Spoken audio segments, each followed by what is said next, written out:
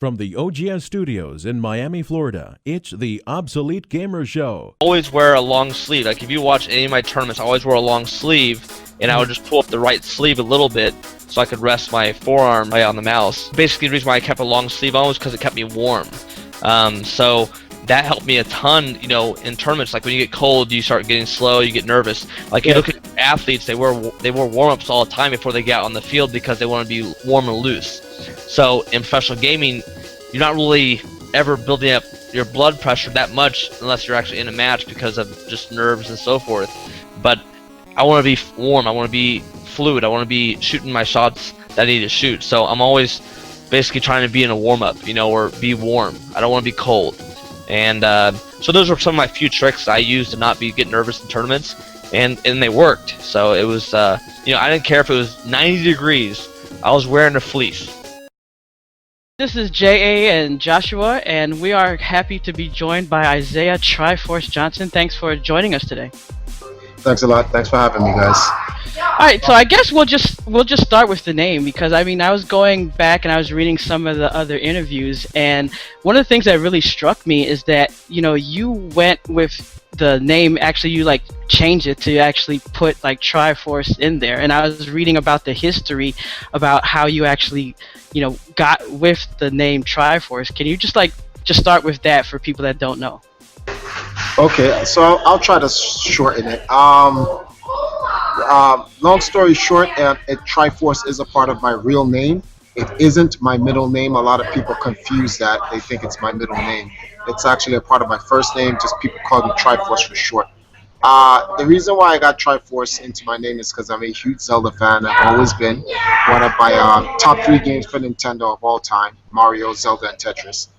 And one of my friends, when we were a community, we used to play all in the arcades and everything like that. And every game that came out, whether it was on console or in the arcades, my job was to go and play and beat the games, and then write down the list of the games that I actually beat. And my brother called me the Game Master. And as we became a bigger and bigger community in the Bronx, in New York, you know, going into an arcade and hearing some of my friends, my close friends, and my brothers call me, "Hey, Game Master." A lot of people was like, "What? He ain't no Game Master. I'm better than him." So long story short, guys was like, "Yo, listen, I am not calling you Game Master. That's just not. I'm not calling you. I'll call you Link or Ganon or something like that, or Zelda." I'm like, what? Zelda? I mean, Zelda's a girl, you know. And then my friend Robert is the one who's like, "Well, I'll call you Triforce." And it just stuck. And that's exactly how the name came about. But then the name transformed and took a couple of new meanings, because I kind of tried to embody the entire Triforce persona: power, courage, and wisdom, as a personality. So I took those things and I personified it into a person.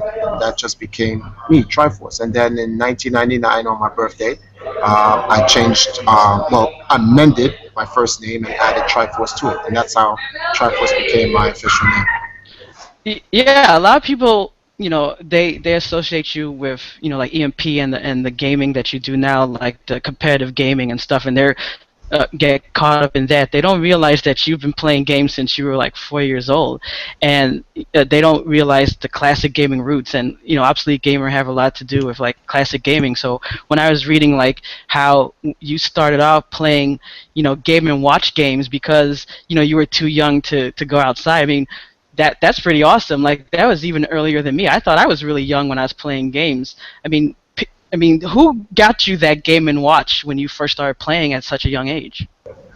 Well, my brother Nathaniel, he's 2 years older than me. So Nathaniel is Nathaniel's 41 right now, or 40. No, yeah, his birthday this 2016 he'll be 41. But for me, he used to bring home like the Game and Watch games and stuff like that, and the and all the like little tabletop Popeye and Pac-Man and Donkey Kongs. He had all of those things because his friends that he knew, which was older than me. I was really just into like Thundercats and G.I. Joes and Transformers and the toys and stuff like that.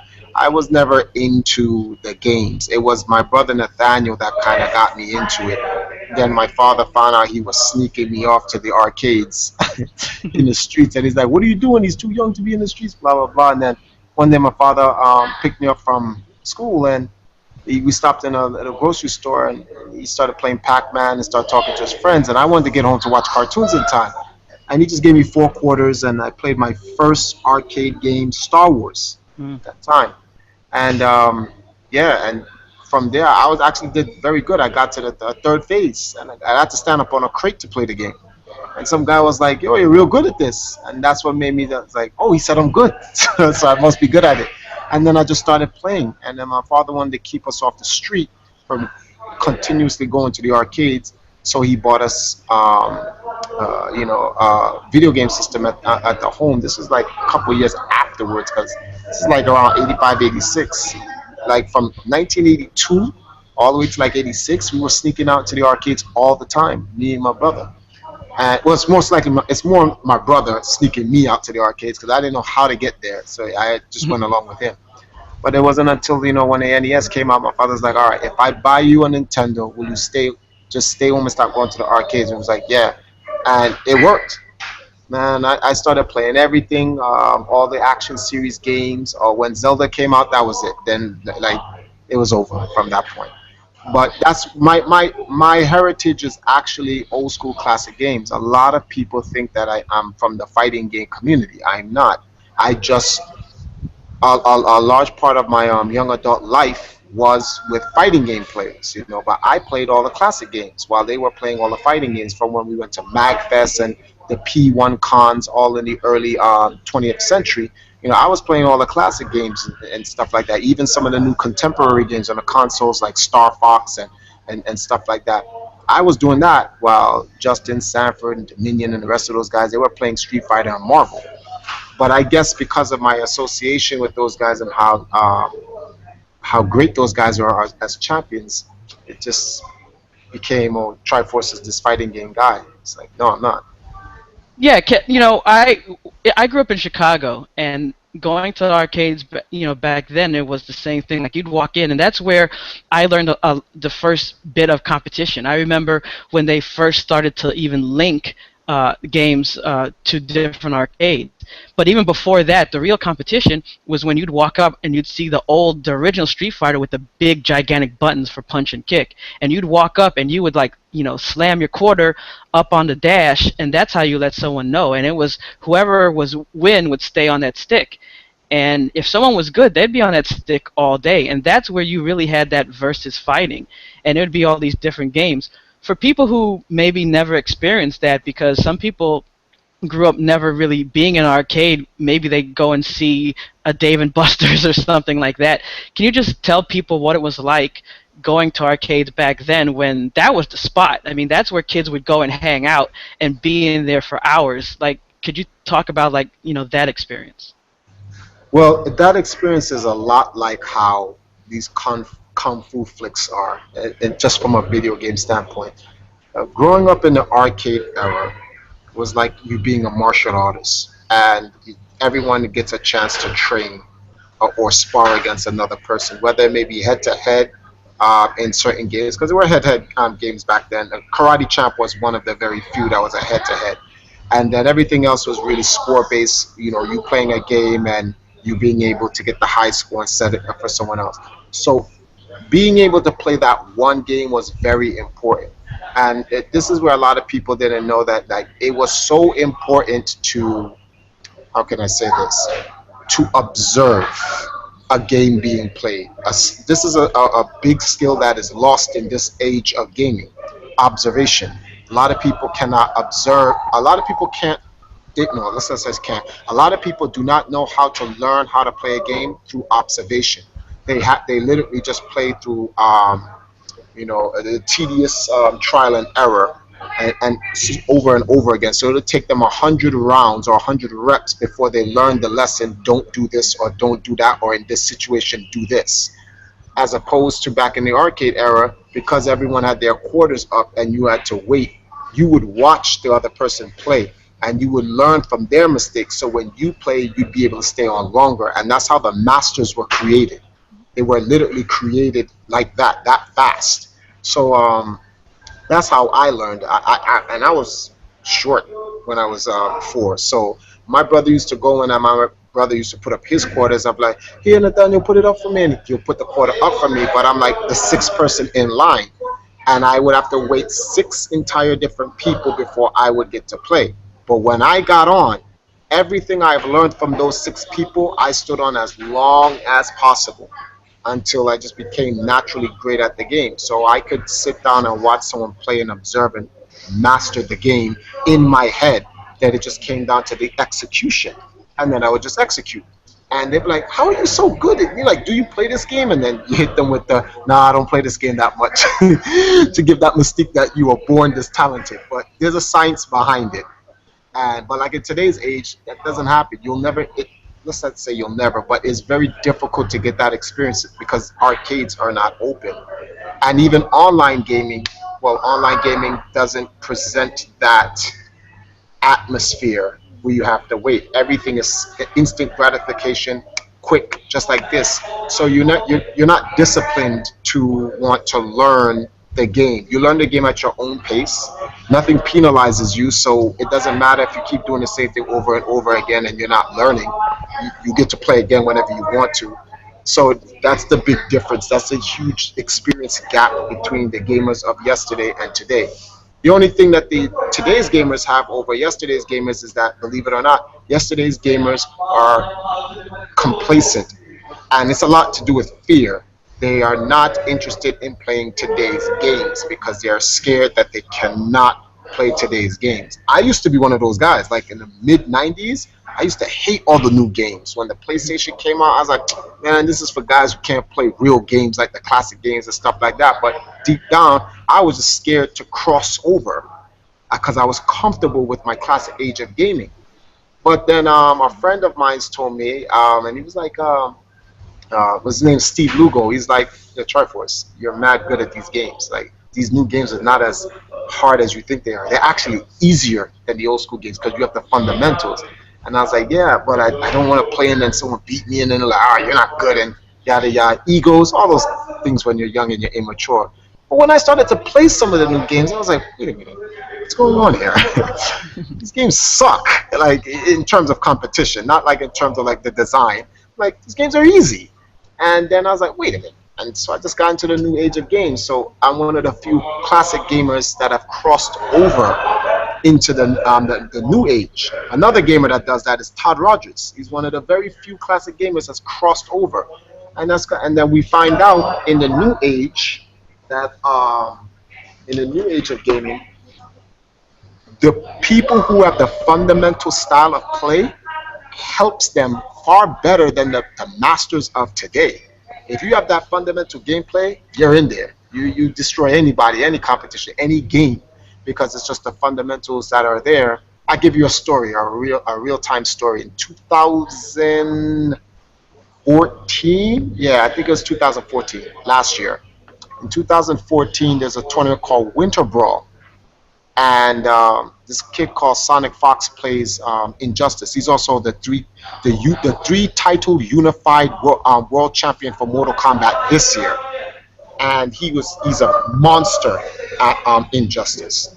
And he was playing the 2013 EVO World Champion, and in the grand finals of Injustice at Winter Brawl, and KDZ was coming out of the losers bracket, and he had to fight this guy, and he had already, well, was he from the loser bracket? I know he was down 6 games. No, he was in the winners, I think. Whatever the case may be, one of them, this is on Team Spooky's stream, you can actually see it. He was down, and a lot of people were having difficulties fighting this guy because of not only the character that he picked, but his fighting style was just too much for people to deal with. And everybody was playing the game from the Injustice engine. So what they do is they understand the engine, the frames of the game in the modern capacity of how the game is played. And Sonic Fox would just destroy everyone. When KDZ was playing and he was having a problem, he was losing to him, I just walked over to him and said, we have to change the strategy here. And there's a video, you'll actually see it. You put Injustice Winter Brawl, KDZ versus Sonic Fox. You see me coaching Phil, and I told him, stop trying to play Injustice. Forget about the game Injustice. We're going to play Street Fighter. And we're talking about Street Fighter 2.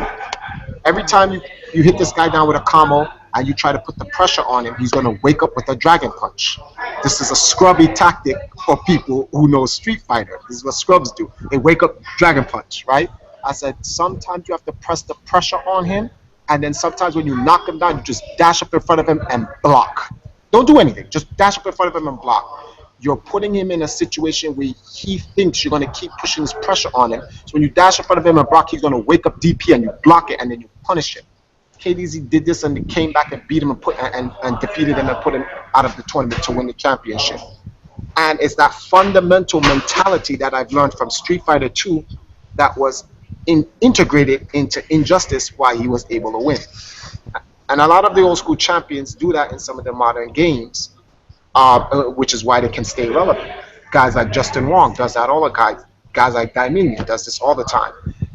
Because they know the fundamentals of the old age game, and then they know the information of the new age game, and you squash it together, and these guys become very good. But yeah, I'm sorry. I was gonna say that I read that your favorite gaming era is 1985 to 1995. I mean, that was a great era of games. Like, you still feel that way? Like, and could you explain why is that your favorite era? Well, that age. Okay, so we have to put them in ages. So you have the Pioneer. No one was around during the Pioneers. This is the 1950s all the way up into the 70s. That entire age is the Pioneer age. It's not even a golden age. Then in the 70s to the which let's call it Pioneer age, the Bronze age, right? Then from the 70s to the 80s was like the Silver age, and then in the 80s was the Golden age. But from the mid 80s to the 90s was like a revolutionary age in gaming, which meshed perfectly the old school and the new school together. There's a line from Biggie Smalls, and he goes, Super Nintendo, Sega Genesis, that is the greatest age ever in gaming. So I put it in the 10-year time span, and those were the best games. Anyone who's played video games who's around my age will tell you, we may never have another age like that in gaming ever again. And it's not one of those nostalgic things. It's a matter of balance. If you look at the generation of gaming, the last two generations of gaming, let's go back to the PS2, to the PS3, to the PS4. So those three ages, right? So you had the GameCube for Nintendo, the Wii, and the Wii U. And from Microsoft, you had the Xbox 360, and the Xbox One. There was never a time in that generation with those three consoles where you had a balance of gaming. One gaming console or one gaming brand just obliterated the other two. So, and when you want to find the best games, you just go to that gaming brand. Yes, you may have a couple of games here and there that were actually good on their platform, but for the most part, they didn't hold up to the competition that just dominated everyone. In the Super Nintendo, Sega Genesis age, it was a coin toss. This month, Nintendo was on top. Next month, Sega was on top. Then the following month, Nintendo comes back, hitting with something. The following month, Sega comes back, hitting with something. It forced you to get both systems. You were forced. There was nothing you could do about it. You had to do it, or you would be missing out on great gaming content. So, because of that, that's why I feel that age was the greatest in gaming. What was your top three from both Sega Genesis and SNES? All right, so from the Super Nintendo, Nintendo has a top three gaming standard, so it doesn't change. I don't know if anyone's know. Well, actually, it has changed now because Nintendo took it away from. Ubisoft. Tetris went to Ubisoft, so if you look at the new age of the Wii U, there is no Tetris there. 1 second. All right. So you have for Nintendo, for me, of all time, it's Mario, Zelda, Tetris. That's how it is for Nintendo since the NES. It's the same games all the time. For the but speaking of the Super Nintendo and Genesis, at that time when the Super Nintendo came out, Dr. Mario and Tetris didn't come out until later on, so I replaced I replaced Tetris with Super Metroid. So for me, it was Super Mario World, Zelda, A Link to the Past, and Super Metroid. And when Dr. Mario and Tetris came out, well, it wasn't a revolutionary version of the game. It was just Dr. Mario and Tetris redone for the Super Nintendo. So Metroid stood on top for me then. And then for the 64, it was Super Mario 64. What's the name of this thing? The Legend of Zelda: Ocarina of Time. And I really never got a third place game because it was tied with GoldenEye and WCW and all these other games. So I never really had that. For going back to the Genesis to answer the question for Genesis, it was Streets of Rage 2. Oh Right? yeah. Yeah, it had to be Streets of Rage 2.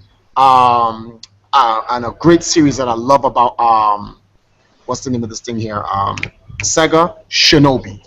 Shinobi has always been a godlike series. So when Shadow Dancer came out for the Genesis, I was like, oh my god, this game is godlike.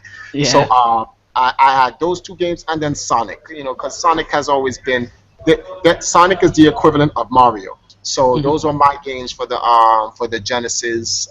When the Dreamcast came out, Sonic Adventure. I didn't really like Sonic Adventure, but Sonic Adventure 2 was on point for the Dreamcast. And then there wasn't really that many great games on the Dreamcast that I could quantify as a top three. There was just a lot of good games that came out, and it was hard for me to get an entire series of games for the Dreamcast. And I had sort of Berserk. I love that game, but yeah, it was okay at best. So I didn't really have that much. It was more so the Saturn.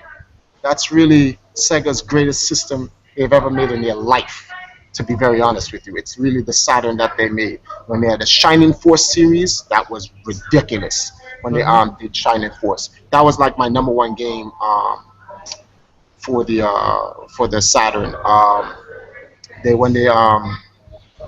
They did another game that came out. Well, they had a Resident Evil, but then I got one for the 64 when they made Resident Evil 2 for the 64, and I fell out the Resident Evil phase and whatnot.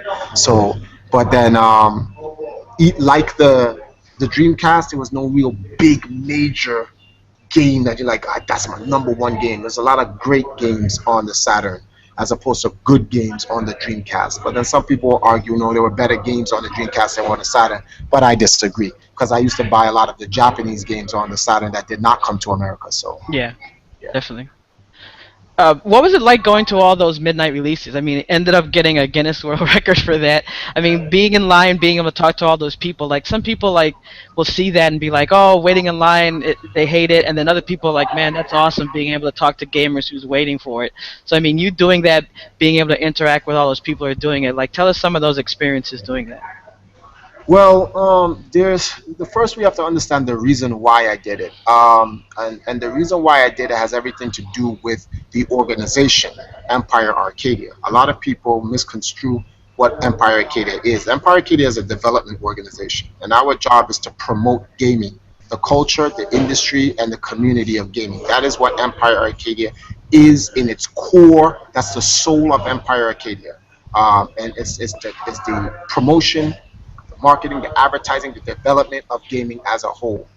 The reason why we do competitive gaming is because that is one of the best ways to promote gaming.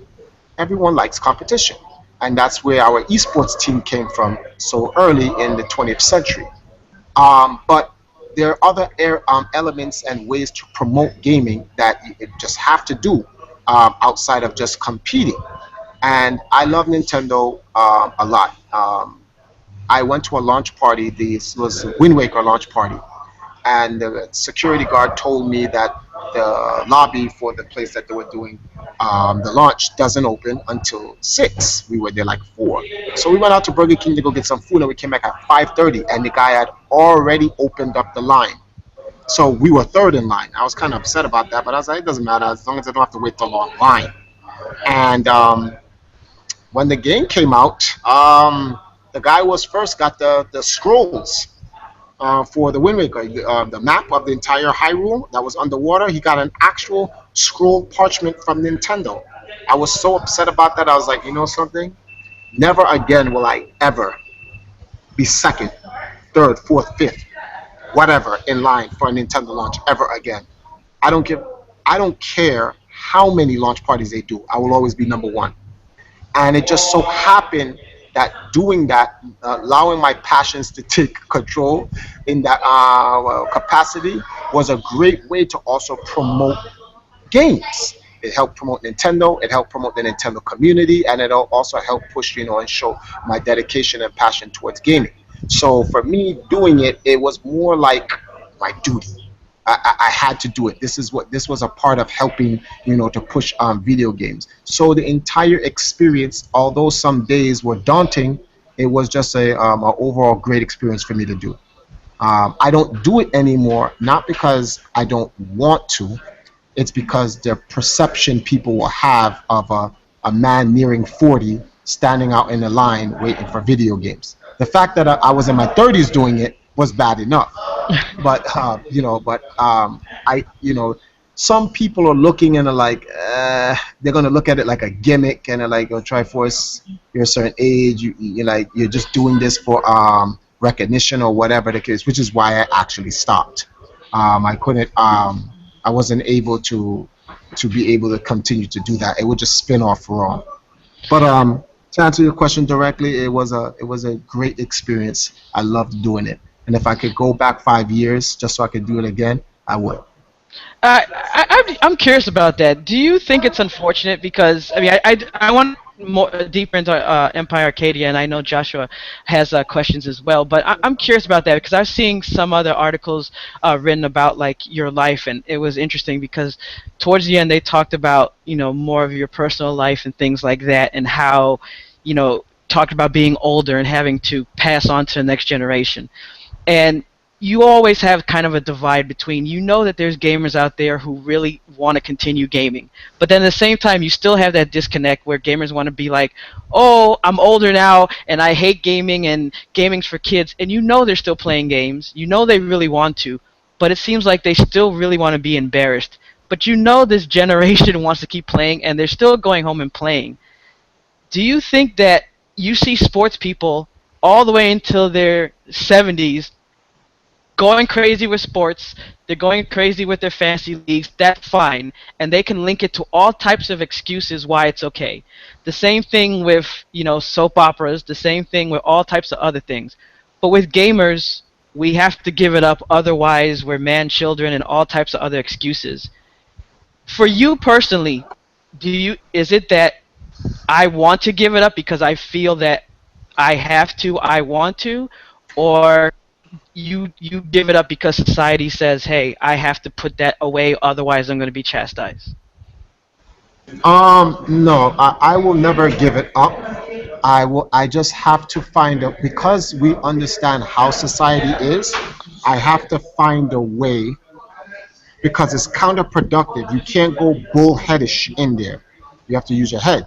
I will not allow society to dictate whether or not I should give up gaming or whatever, because people are going to call me a man child, or whatever the case may be. That will never happen. But then at the very same time, I need to make sure that I can still do what I want to do in gaming, get the message across without it having to be detrimental to me. If it's like this, you have a mission, right? And everyone wants the mission and whatnot. But one second, hold on for a second. Sure. Uh, what we want to try to do is complete the mission, dodge the people who try to put you down, right? Without changing or without conforming to the way society is. It's a difficult task. It's like playing chess.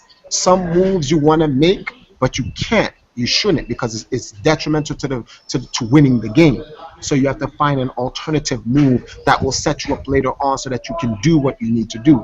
Gaming, as much progress as gaming has made, is not at that level yet where it can ignore society or be an exception to the rules of how society looks at us as a whole. It isn't. It's not at that level yet. It's nearing it, but the guys who play sports who like 60-year-old men still talking about baseball and stuff like that.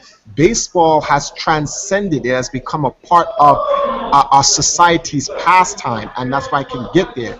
Gaming has not. It has not officially, but technically it is, because gaming is in every facet of society. However, it has not gotten to the point where the billionaires think so, or it's a part of their lives. The billionaires don't play games. Well, that's a lie. The billionaires do play games. They just don't appreciate it or accept it as a part of society. This is something like playing Scrabble, or something like watching TV. It's just something that, to them, at this point in time in society, it's just something you do to pass time until you go on to doing something more constructive and serious in your life. And I put the air quotes out there when I say that, because I think it's all BS ultimately. Because you'll hear people like this. They're playing a video game tournament. They lose. I only lose because you play this game 24/7 and you don't have a life. I have a life. I have a work and a job and blah, blah, blah. If you have a work and a job and your life's that important, don't play. Don't use that as an excuse. Just don't play.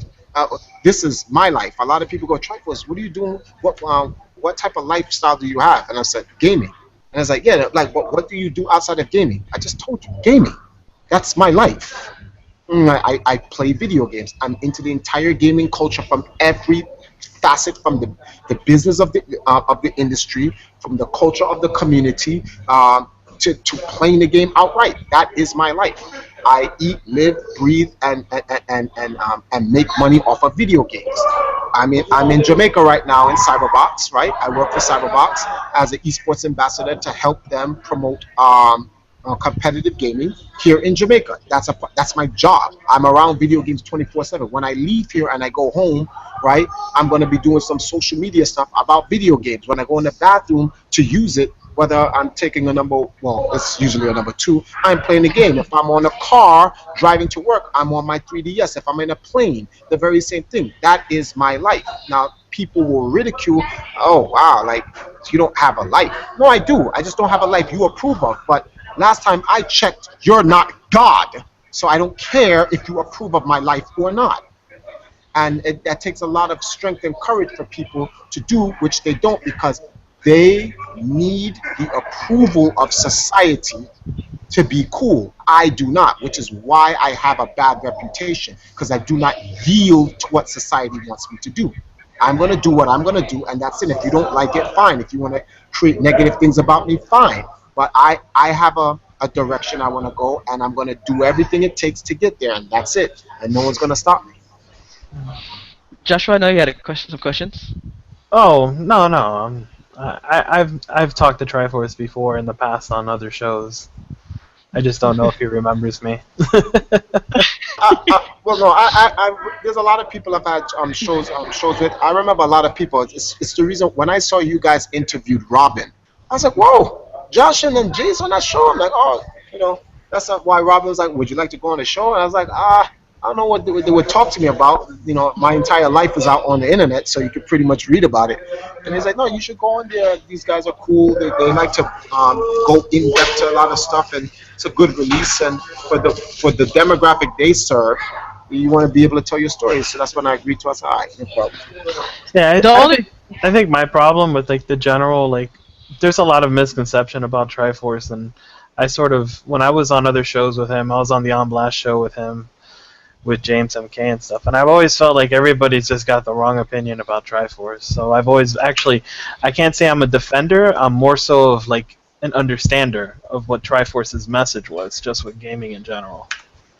Well, you have to understand, on the On Blast show, the way I convey my message is a lot different versus the way I convey my message here.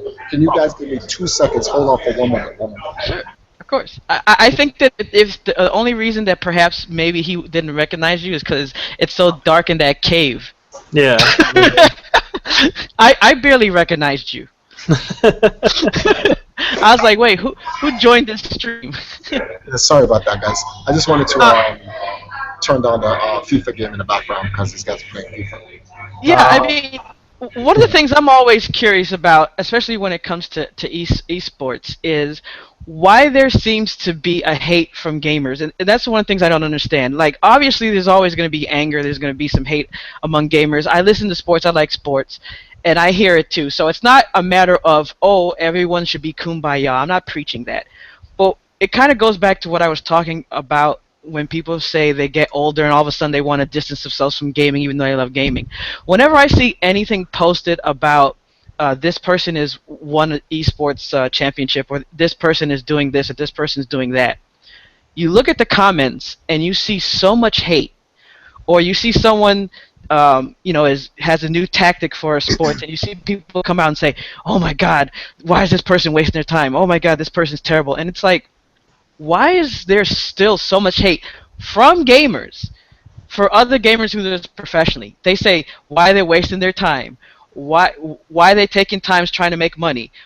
These people are losers, and it's like, wait a minute, you're on a gaming site, you play games, you like games. Why are you attacking gamers who are most likely are helping making games even more mainstream? Because they're showing up on ESPN, all these places, they're making it more profitable. You may end up having more jobs, more profitability in this in the future because these gamers have made it more mainstream in the world, but you're attacking them.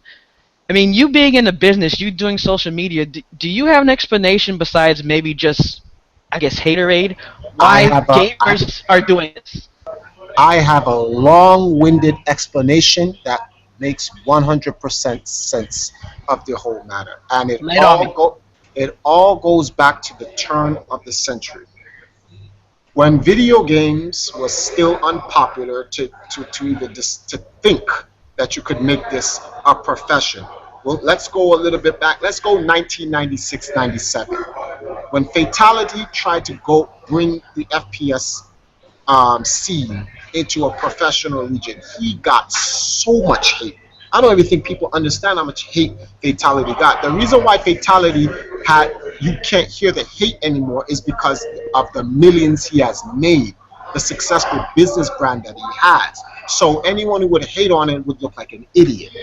And he is one of the gaming pioneers that helped pioneer the first person shooter scene to what you see now, that brought the next generation of champions such as Walshy to the table, and a lot of guys that followed similar marketing structures that he used to make himself successful, which made those guys successful all the way to where you are now in Call of Duty. We have guys like Nate Shot pulling in a million plus. With that being said, now I want to use myself as an example. When I brought the whole competitive gaming thing to the fighting game community, because it was me who brought it there. I didn't make esports. Walter Day created esports. Esports has been around since Twin Galaxies was formed, when esports started. It's the entire infrastructure, if you look at esports, literally is modeled down to the dot, to the key matrix of what Twin Galaxies created. It is the first organization that created the infrastructure for esports, which many organizations afterwards then modeled their thing after. They revolutionized it, yes, but it's still using the core components of what Twin Galaxies has done. When I brought that to the fighting game community, everyone in the fighting game community used to look and say, Triforce, you're an idiot. What are you doing? Stop lying to these kids. You're a scam artist, selling them these false dreams that they're going to become professional gamers and they can make a living off of this. Yo, man, let these kids go to get a job and blah, blah, blah. Stop telling them not to go to school. Like, guys would actually say that I said that. Like, tell my guys not to go to school. I'm like, what? I'm like, why would I tell them not to go to school? Like, everyone who plays video games goes to school. Well, they should anyway. But the majority of people who play video games go to school and work. So what does school and work have anything to do with a person following their passions? But this is where you're talking about the hate now. Why are they creating these false statements and rumors and whatnot? And the reason why is this. Because deep down, it's an envy thing of passion. Deep down, they know the possibility is true, and they know they don't have what it takes to make it come true. So if they can't do it, no one else should. And that's it. And if you try to do it and they don't do it, they're going to hate you until the end of time. And that's what they did to me. And they used to badger me, slaughter me. I'm like, kick me when I'm down, stab me in the back, everything. And they're like, oh man, this guy's wasting his time, blah blah blah, doing his esports. This guy's an idiot. Like this guy's retarded. This guy's a bad businessman. This is yada yada yada. Then 10 years later, when Street Fighter gets sponsored by Capcom, they create a tour for it. A movie came out, The King of Chinatown. Daigo was thrown in. Sponsorship money starts coming in. People are streaming. YouTube, GameSpot, and everything was in it. Now, all of a sudden, the FGC's esports. Wait a minute. Triforce was trying to do this for 10 years. Why weren't you guys helping him? Oh, because he's a scam artist. What did he scam? Oh, we took these kids' money. What money? These kids didn't make any money. These kids were living under my roof. I was paying for them. So, but this is how they make the stuff sound like. Then now, when I try to brand the team, you're trying to brand your team. No one cares about your team, blah, blah, blah, whatever. I go get the Guinness record. You have guys out there saying, oh, a Guinness World Record doesn't mean anything. What? How doesn't a Guinness World Record mean something? They would make all types of stuff. But the ultimate thing it comes down to is jealousy. They want key people to do it. They just don't want certain people to do it. What they do is they determine who is good to do it and who isn't. The chosen ones. Yeah. The chosen ones. And I'm not the chosen one. They have chosen me for something else. I'm the chosen heel. I'm the chosen devil, the bad guy. They don't want me to be the good guy for several reasons, right? Now, one of the reasons a lot of people is going to say is that, oh, here comes Triforce pulling a race card and whatever the case may be, and yada, yada, yada. And this is where the provocative conversations on the Arm Blast show comes up. And because the type of language I use as a whole and so forth, it changes the entire dynamic of the conversation. It makes people look at me in a different way. But what they're doing is they're misunderstanding me. So let me try to break it down in a more non-vulgar manner. So this is Triforce on the On Blast show, but I'm saying it in a professional way, since we're not on a show that facilitates that type of platform for me to be raw on the On Blast show, because the On Blast show is for you to be raw. So when I'm on it, I'm raw. But I'm on a show that doesn't facilitate. It's not made for me to be raw. So I have to break it down to where it's more digestible for you guys' audience. There are two types of people in this world. It's the yin and yang. You have those who are melanated and those who are not. Those who are good and those who are bad. Those who are kind and those who are wicked. And so forth. Duality. There are many great black people. There are many great bad black people. So the good black people we consider to be African Americans, Africans, Jamaicans, or whatever their nationalities are. And we consider them to be Negroes, XYZ, whatever the proper term to label them. The bad black people are what we call the N-word. Yeah. On the opposite side of the fence, you have good white people. They come in all different assortments of colors, or ethnicities. They're either Asian whites, Russian whites, Jews. Jews are, when you say Jews, that's a negative term. They're actually Jewish. Jewish people, Caucasian people, European people, American people. So all good white people. And then you have the negative version of white people, which are called white supremacists. This is the nature of the world. Unfortunately, the people that run the world are white supremacists. White people do not like white supremacists. They don't. And this is the problem with black people. They confuse the two, which is the hypocrisy of black people. Black people tell white people don't confuse them with the N-word people. But then black people confuse white people with white supremacists. Like, that's stupid. I understand this though. And because I understand this, I am able to coexist in a world where you have the good and bad. So I can walk that middle road. And the white people I deal with, guys like MK James and so forth, I have no problems with them. Those guys mean good for the industry. Maybe their language is a little bit too strong, and they're passionate about the justice that they want for the scene overall. But then you just have those who's like, no, If you're not a part of our elite society, we don't want you in. We don't care what you do. And they'll create every excuse in the book. They'll slam every door in your face. They'll step on every toe you have to make sure you do not make it in. And that's just the way it is. The difference between me and many of the other gamers who argue about it and get into the troll wars is I can accept the world for the way it is and operate in it. Others want to change it for the better, and you cannot. If we could change the world from the better, there wouldn't be war in Palestine. There wouldn't be people being blown up in Kenya. There wouldn't be people being killed and massacred in Paris. There wouldn't be a war in Syria. There wouldn't be police brutalities in America and the deportation in Haiti and all of these world nonsense. This evil, I'm not saying it's necessary, but this evil is a part of the world. It exists because it has to. For if there Yeah. is no evil, there is no good. I noticed that, when, especially when I was talking to Robin Brown, Shiba Baby, that when she was talking about all the negativity that, other people were putting out around you, I wanted to look up some of what people were saying. And, there was like a lot of posts where people were trying to focus on like the dealings with you being, CEO of Empire Arcadia and like the dealings, and people were talking about, oh, the sponsorship and the money that was being spent and you managing the company and things like that.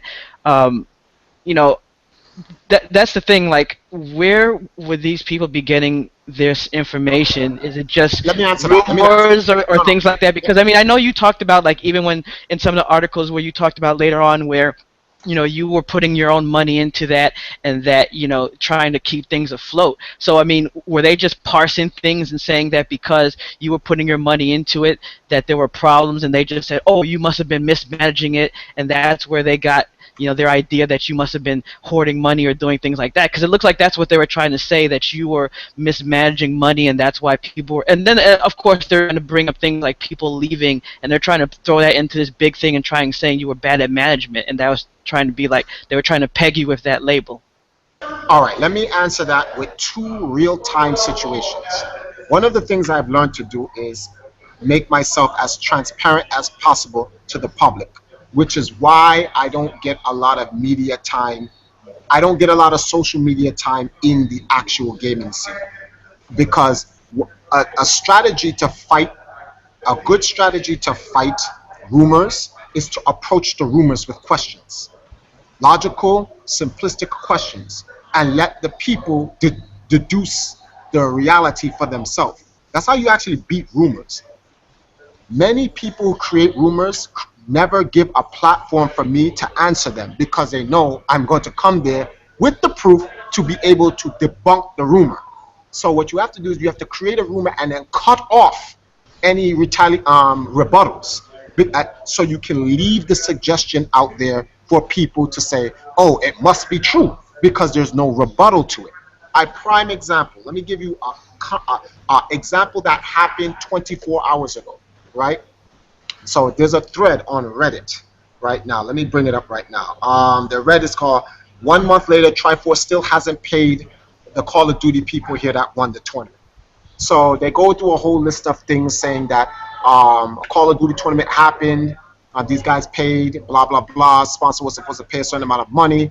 The tournament ended. Sponsor doesn't want to pay because of something to do with Triforce. Now, no one, first of all, let me put the reality out there. Number one, I have nothing to do with the tournament. I'm not the sponsor. I'm not Cyberbox. I'm not the director of Cyberbox.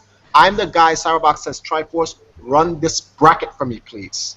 That was it. That was my job. Run the bracket. I'm their esports ambassador. My job is to go on TV and spread esports on television and in the media and promote Caribbean esports and use the legacy of Empire Arcadia to bring down how big esports is down here. That is actually my job. That's it, and nothing else.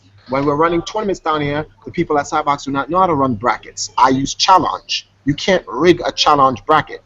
You just input the names, and then whoever wins, you click win, and then it moved down and it goes win loss, win loss, win loss, who wins grand finals, and then the brackets are there for everyone to see. So this the only way to rig it is if I change the winner of the tournament, and then but if I did that, the team that won would sit there and complain and make a noise about it. But they say I'm rigging brackets. I'm reading the thread right here on RCAP, and I'll send you the link. And they said I'm rigging brackets, and I do not want to pay out the players. It's not my tournament. I did not sponsor the tournament. Why am I being blamed for this? But they want to blame me. This is what happened. A member on my team teamed up with a guy, his name is Brandon Luke. His father, he told his father, Dad, we want to try to get Call of Duty big in Jamaica, and we want to run a tournament at Cyberbox. When they asked me, I told them no. They said, come on, Triforce, why you don't want to run Call of Duty? I said, too many problems. The infrastructure is not set and it's not ready yet. We had a Call of Duty tournament the last time. Thank God the sponsor paid. It was actually Beanie Man's son's mother who put up the money for the tournament, in which we lost and got second place, but the mother she paid, right? Regardless, she paid off the teams and everything was good. So this new kid now had to convince his dad to put the money up, which was 100,000 Jamaican dollars, which is 1,000 US, right? So the father says, but like, what am I putting up the money for? And he's like, because we can win it. And he's like, so I'm just putting in money so you can win? And he's like, yeah, because like Triforce is going to get the tournament on TV in Jamaica. So they wanted to win the tournament and get on TV, which would be a good way to promote esports. Empire Arcadia is a development organization. One hand washes the other. This is a good look for the players in Jamaica, right? Everyone can win some money, right? We get to promote it. It'll help the Cyberbox Esports League. It'll help the sponsors. It'll help the players, and it'll help push esports in Jamaica. Win-win. So I concede. Okay, this makes sense. This is good business. Let's do it. So the father asks the son, how are you sure you're going to win? Now, there are two Call of Duty players in Jamaica. They're the two best players in Jamaica. One is called Jordan Grant and Brandon Lou. They're the two best, hands down. Jordan was on the same team with Brandon, which is on my team. Jordan and Brandon convinced the father and said, oh, no one's going to beat us. Me and him is playing together. We're going to win, for sure. So on that note, the father said, okay, I'll give you guys the money. Gave them the money. Well, said he was going to give us the money to sponsor the tournament. We promoted the tournament. This Call of Duty tournament is sponsored by XYZ company. I'm not going to say the company's name because I do not want to make any disparaging remarks against the sponsor. The sponsor says they're going to pay this amount of money for the top 3 teams to win. They played. When it came down to playing the tournament, the kid Jordan left the team 5 minutes before the tournament to join another team right in the middle of the beginning of the tournament. Big argument. The director of Cyberbox came and said, whoa, you can't do that. You can't walk off a team right there and then blah, blah, blah. Oh, no, but, you know, I sent them a message. I said, you didn't send me anything. Well, I told the team, I said, I am the manager of the team. You have to explain to me. Let's compare this to sports. Can LeBron James just tell the rest of his Cleveland teammates, I'm leaving, and leave? Not in the middle of the season, especially not before like the playoffs. No. Exactly. You have to do it before the trade deadline, and you have to talk to the coach and the general manager of the team before leaving, so that the team can somehow try to either salvage a situation, make amends with the player to make the player feel comfortable to want to stay, or try to trade the player for someone else so they can continue their season because their job is to win. So I said, yo, you are making a big scene out of nothing. Long story short, let's just get past all this nonsense. Big argument happened. Oh, well, I'm going to call my mother, and my mother's going to sue Cyberbox if you guys don't allow me to play. So now we're being blackmailed by a 14-year-old kid, which is, let's go back to Triforce's original point, why I never wanted to do the Call of Duty tournament to begin with. So I'm looking at the director, I said, see, this is why I didn't want to do this, because these kids. So anyway, the mother's on the phone, blah, blah, one bag of legal argument and the whole night. So I said to the director, it's fine. Let him go on to the other team. I don't care. He can leave Empire Arcadia. We'll find a sub. We'll play out the tournament, blah, blah, blah. My team gets mad at me. No, Triforce, this is not fair, blah, blah, blah. I promised my father the thing. I said, listen, We're damned if we do, we're damned if we don't. Just play through, see if you guys can win, whatever. They're playing. Grand Finals, EMP versus the Traders team guy that left our team, on the new team that they're playing called End Zone Gamer. The sponsor's uncle comes into the store, watches his nephew play, lose, cry, and bitch about how unfair it was, and blah, blah, blah, and not a sponsor. You can see in his face, he don't like what just happened to his family member. Uh-oh, we got a big problem here. So, at the end of the tournament, I looked at Jordan and I said, you just created a firestorm for no reason. You know what the kid said to me? So? But what were we expecting from a 14-year-old kid? Of course he's going to say so. He don't care. What are we going to do? Sue him? Nothing's going to happen to him. He's a kid, so he can do whatever he wants. And I said, oh boy. So I look at the sponsor. He says, we'll be in touch. That was it. He didn't say much to me. He just said, we'll be in touch, and left. So from that point, sponsor never spoke to us. We post online that the sponsor has up to 30 days to make the payment. We'll continue to try to reach in contact with the sponsor to pay, blah, blah, blah. 2 weeks later, Jordan goes online and posts something on Facebook and posts, oh, the sponsor paid Triforce, and Triforce used the money on girls and blah, blah, and created a rumor. Then somehow, something on a Jamaican forum, which the only people I can see is people in Jamaica, reached Reddit. Then it was Triforce takes kids' money and don't want to give it to them, and blah, blah, blah. Triforce doesn't want to pay people, yada, yada, yada. So that goes on. Then now, today, and the thread says, let me read you the thread. 1 month later, Triforce still hasn't paid the folks who won the Call of Duty tournament hosting. What people fail to realize is that my team came second. We are not getting paid. My team is not getting any money for this. But the reality is this. I spoke to the sponsor on Thursday. They finally called back. Only because the player of my team, whose family member is, said, hey, Triforce, my dad said he's going to send the money. He wants to know when and where he should send it to you guys so you can pay out the distributing team. So I said, okay, I'll call your father on Sunday, which is today. I called him earlier, but he was still sleeping. So I said, I'll call him later on so we can get the money and pay out everyone. But there is a thread on our Kappa that says I'm not paying out.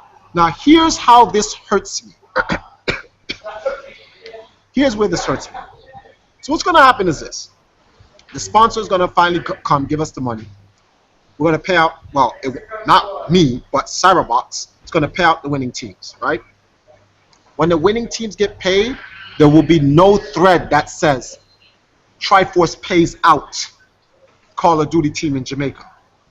This thread will be the last thing you heard. Now, if I'm new, let's say my name is Joseph. I come inside the gaming scene, whatever the case may be. I go on RCappa. I read this. All I'm going to read is Triforce is taking kids' money. There's no ending. There's no rebuttal to debunk. No nothing. You're just going to see that. So now all they know is the bad things they hear about Triforce.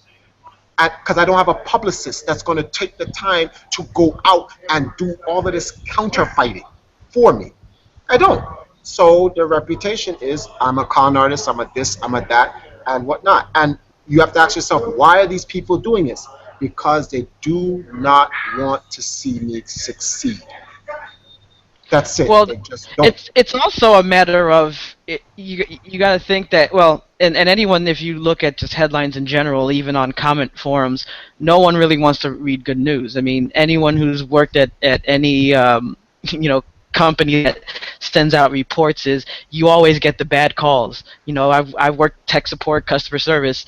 You never get, or you may get one call out of 1,000 calls where someone calls and tells you, oh, you helped me out. No one calls you and tells you that. You get the bad calls. And the same thing with articles. It's all about clickbait. So no one wants to write something good. People want to read and watch and comment something that's bad. So seeing something that is good is not going to be very interesting. And to back that point up, the guy, he says, this is what he puts. He says, remember this post? And he goes back to the very old posts. Let me copy and paste this inside so that you guys can read this. I learned to look at these things as being entertaining. They're fun to read because some of the stuff these guys come up with is classic. It's actually hilarious. So they said, remember this post? Well, a month has passed and surprisingly, absolutely no one. The winners have still not been paid. This is the statement that was linked by Triforce Defense Force General KDZ when Ricky. One moment, guys. 1 second. Yeah, sorry about that. So he tries to insult KDZ or whatever the case may be, and then this is the quote: "The word in the ghetto," as if we're supposed to take the word of the ghetto. The word in the ghetto is that the sponsors pulled out, not true, and has refused to pay because they know Triforce tried to rig the brackets. How did I try to rig the brackets? The end of the tournament ended. The winner is the winner. Rig what? Anyway, and they will have none of that. The winners have not been refunded, and according to some players, they've been told that the company Triforce works for is not going to fork out the cash to pay the players. The guy that runs the place, the director, he doesn't speak to anyone. So how did they know? How is it that they know that the company Triforce works for is not going to, fork out any cash? Meanwhile, Triforce has moved on to bigger and better things, like exploiting a popular dancehall artist's son, and they put a link to a show that we did on entertainment. In America, you guys have Entertainment Tonight. In Jamaica, we have something called Entertainment Report. Now, Entertainment Report wanted to do a video on me. They didn't care about Beanie Man's son per se. But I told them Beanie Man's son plays video games, right? And this was a good way to get him on TV and help promote his passion in gaming, especially when his mother was one of the people that helped sponsored one of the Call of Duty tournaments. It is only right to give back. But when I give back, it's considered exploiting. Like, I need this kid to be on TV. Like, if you go to my YouTube page and go into Empire Arcadia commercial media, you see 10s, 20s, 30, 40 different videos of me on network television internationally with no artist's son I need to exploit. I just don't understand it. The feature wasn't even about him. It was about me that featured him. So how am I exploiting him? If anything, he would be exploiting me. Not saying he is exploiting me. He's not. But the point is I'm helping him out. But because people don't know the truth, this is the truth. You have to keep that in mind. And there is no way to fight it. The only way for me to fight this is to become rich. That's it. Because when you become... As far as just overall, because, I mean, like you said in the beginning, and what I've read before, just being able to, with Empire Arcadia helping people as far as these gamers, come up too, because you've also talked about how you have to, you've helped people out, and then dealing with the sponsorships and all that. I mean, that's got to be a daunting task in itself, and having to manage that before. I know how in some of the other interviews you talked about how you have other people helping with the management now. I mean, there has to have been, just some mistakes or things that have happened in the past, and dealing with all these people, some of them being young. I mean, that in itself must have just caused issues, because people must be mad where some people feel that they gotten more attention than others, just in competition. And then like I said, just if someone leaves, someone's going to take that as, oh, this person left, this person moved on. I mean, either way, just in this sport itself, the act of competition, there's going to be negative press whenever anything happens, especially depending when someone's at the head dealing with social media. There's going to be some kind of negative press no matter what you do. When you look at the organization, right? When you look at the organization's job is to create content in the development of gaming. That's the organization's job. What's going on in gaming from Empire Arcadia? What does Empire Arcadia do? Now, I'm about to say a very provocative statement, but as Jay here would remember, like I say on the On Blast show, this is me keeping it real. Yeah. If you went on my Facebook wall, go on my Facebook wall. This is not a slap against any former member in Empire Arcadia. I'm just keeping it real. And in order to keep it real, you just make the comparison. This is where people hate giving Triforce a platform. You guys have given me a platform, so now I'm going to stick one against the established order. And those who are sensible enough who are going to be watching our podcast show, I want you guys to do this homework. Think of the top 5 members in Empire Arcadia that you know, the top 5. Group them together, right? A, B, C, D. If you want to make one group, make one group. Group them together. Go on their social media network. Find every single significant element in their advancing career in gaming that has helped push esports forward. Not them. Esports forward. Take all 5 of those guys, or per group, 5-person per group, compare them to my social media. Not my social media numbers, my social media content. Content, people, not numbers. Content. I can get a robot, one of them bot things that get 1 million followers on Twitter. It's not hard. Anyone can do it. Content, significant content to the advancement and the development of esports. Take those 5 ex-members and compare them to me, and you will find out there is not one single group of 5 combined that has more content that helps push esports forward regionally, nationally, globally, or locally than I do. Because all they do is play games. That is it. There's more to esports than playing video games. In fact, you couldn't take 20 members of Empire Arcadia and compare them to the work Fatality puts out. Now I'm going, oh, but that's not fair, Triforce is Fatality. No, I'm not talking about the amount of money Fatality is making. I'm talking about the content provision in development. If you look at what Fatality does in terms of businesses he's partnering with, the show that he just made, Legends of Gaming, and the things he does for his particular community as a whole. Even just news content he's putting out for people to watch that follows him. You couldn't combine any retro 20 members of EMP to even match. They couldn't match him because all they do is play games. I knew this. My job was to take their gameplay and take the content provision that I did, mesh them together into one brand and market that. And that is what Empire Arcadia is. But people don't want that to be Empire Arcadia. What people want Empire Arcadia to be is Triforce finding money, paying these guys to go play video games. I am not doing that. You have lost your mind. No company does that. Well, no real company anyway. No one does that. Nobody. No real esports company does it. Name one. Nope. Yeah. None. Zero. Okay. So why do they want me to do it? Because they think I'm stupid. They think Triforce is that dumb. Well, you either do it or you'll lose your players. Then I'll lose my players. Lock up the brand, chain it to Guinness World Record, and then market the brand. And if I have to do all the content provision on my own, then I will. Oh, you can't. Well, I do. And that's where the hate comes from. I understand my worth. I understand the power of me. I'm a resource machine. I can take something from nothing and make something of it. I realize this. I know this. And I'm like, wait a minute, Trevor. What are you doing here? Time out.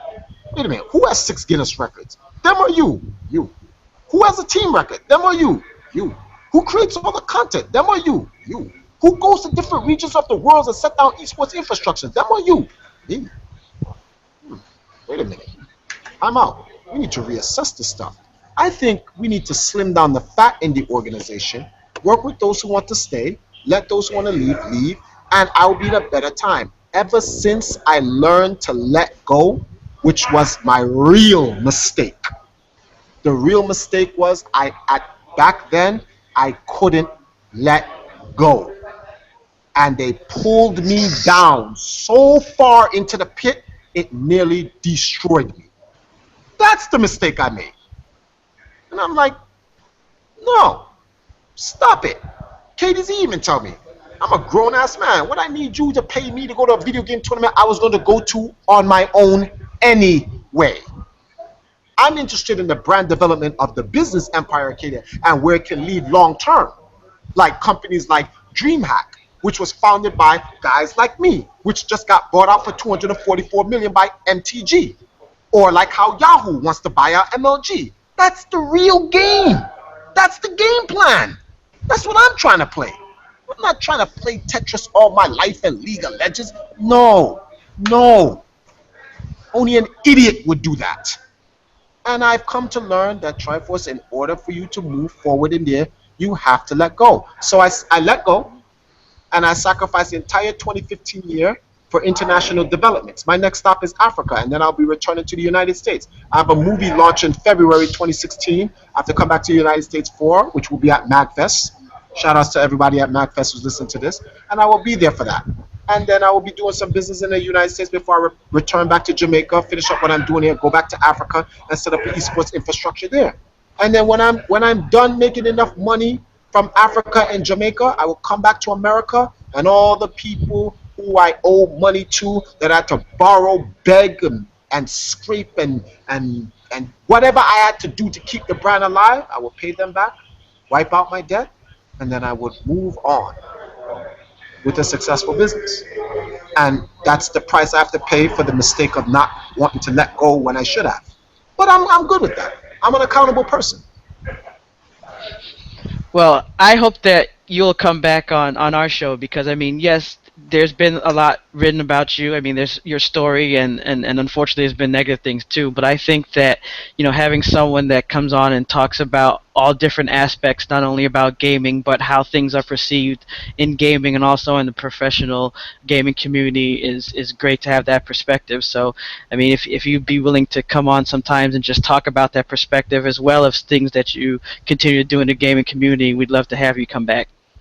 This is a part of development, man. Coming on shows like this, podcasts like this, some people tell me, Triforce, this hurts your prestige, going on, air quotes, these little small shows here and blah, blah. I don't. I think this is a responsibility for every leader or pioneer in the scene to make to contribute to the community. Guys like you guys who are trying to bring out comprehensive content that you really don't find anywhere else. So people can be informed, people can be educated on what's really going on, the things that actually matter. It's sad that, you know, people actually don't look into these things.